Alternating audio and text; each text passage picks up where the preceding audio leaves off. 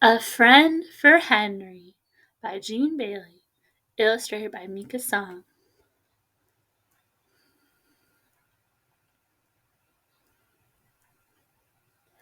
In classroom 6, second left down the hall, Henry was looking for a friend. It couldn't be Gilly, who circled her fishbowl. She's quiet, thought Henry, but she can't play on the swings. It couldn't be Mrs. Magoon, who knew about hugs. She shares, thought Henry, but she has to.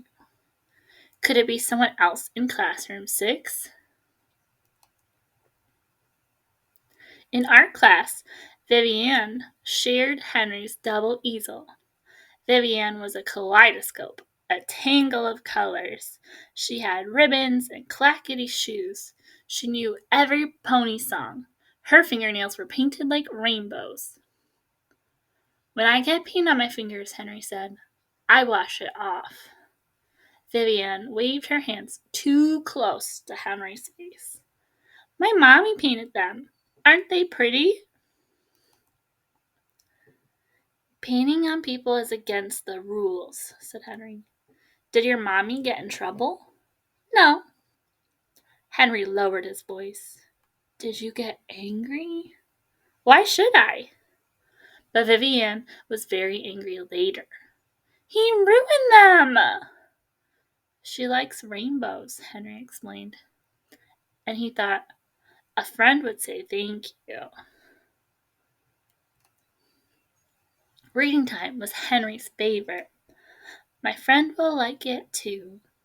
It was Henry's turn to put out the carpet squares. He tucked the blue ones next to the brown ones, green in the very middle. All the edges met and the corners fit perfectly.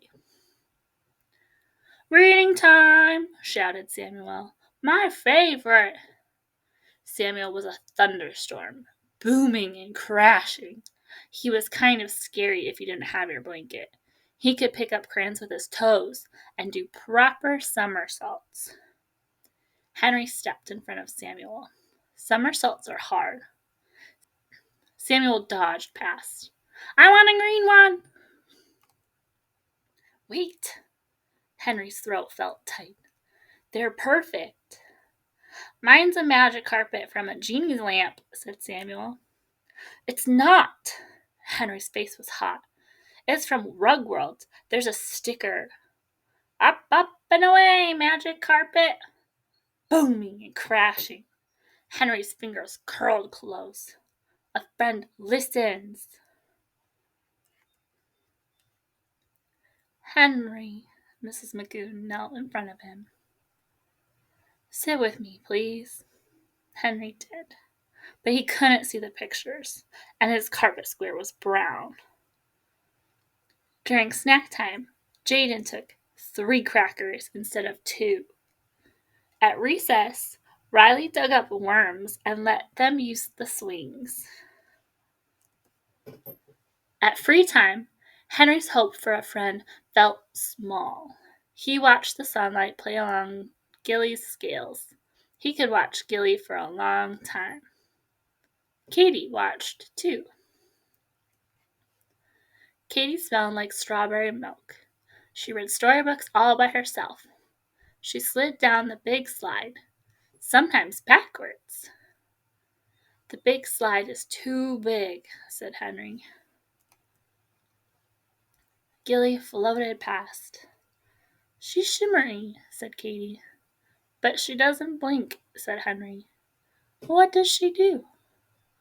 She burps petals, Henry thought, and breathes underwater and turns sunshine into colors. Henry hunched into his sweater. Fish things. Katie bent to have a closer look. I like her. Henry tried not to blink. Want to play blocks? Sure. I don't like triangles, said Henry. I don't like broccoli, said Katie. Together they built a tower.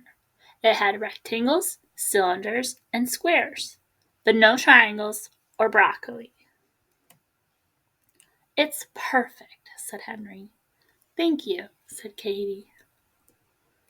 The next day they played on the swings, and Katie went down the big slide. Henry waited at the bottom for his friend.